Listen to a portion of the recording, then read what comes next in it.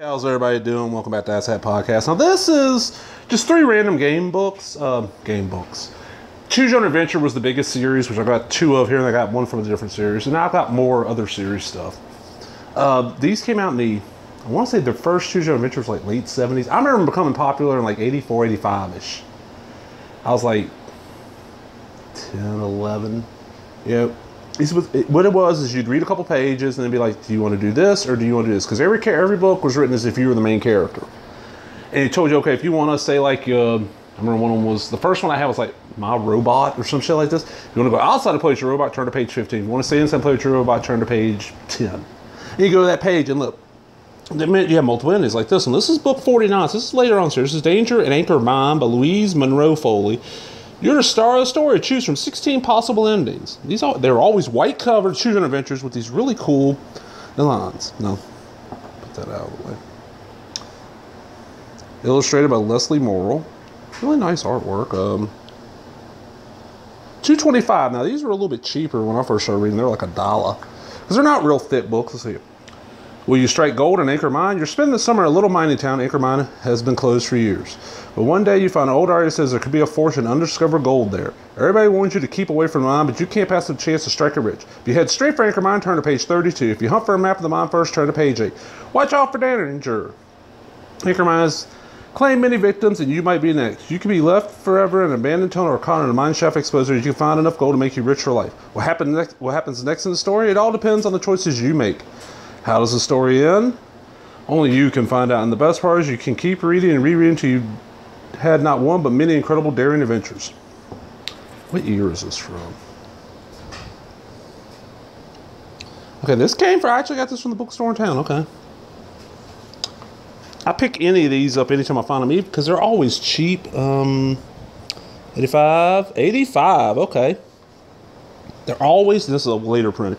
They're always cheap. Like I pay like $1 each for these. Even if I got it, I could trade them. All right, this is number 111. This is by this time I don't remember having many of these. They started adding a little color to the covers, like the border. They changed up bigger pictures. This is Smoke Jumper by R.A. Montgomery. Let's beat up. You're about to complete your training as a smoke jumper, one of the elite group of firefighters patrolling the mountainous region of the Pacific Northwest. Several small fires have broken out in the area, and volunteers are needed to go on patrol. You want to volunteer, but you know if you do, you will miss your final test and delay your certification until the jump can be rescheduled. But lives may be in danger. You have to decide quickly, what will you do? Now this time these are $3. What year is this from? I don't know where this came from either.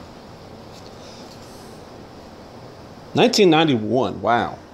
And I don't know how long the series actually, and they actually did like some interactive DVDs. I remember renting one from Netflix, and they've reprinted some of these. Some of these are back in print. Now this is a different series. This came from my local library. I was supposed to swap it. This is the Dungeons and Dragons Endless Quest series, but this is a Gamma World, which was D&D's mid '80s. I'm thinking sci-fi setting. I think it came out in the mid '80s. There's a sci-fi version of D&D.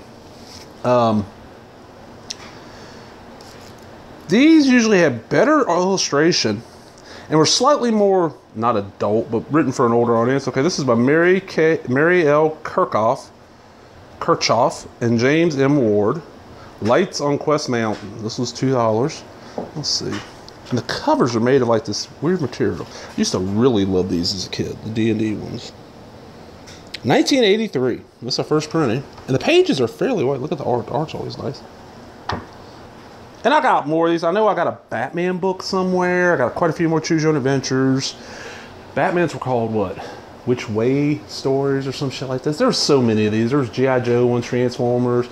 There's the Time Machine series. There was just all kinds. And they've done even like ones written for adults now as far as what I've read.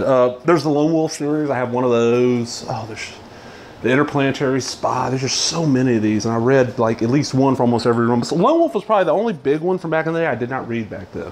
I never found them. But some game books. If you know about these, you got these, leave a comment, subscribe, all the other bullshit. Hope everybody enjoyed it. Thumbs up. Later.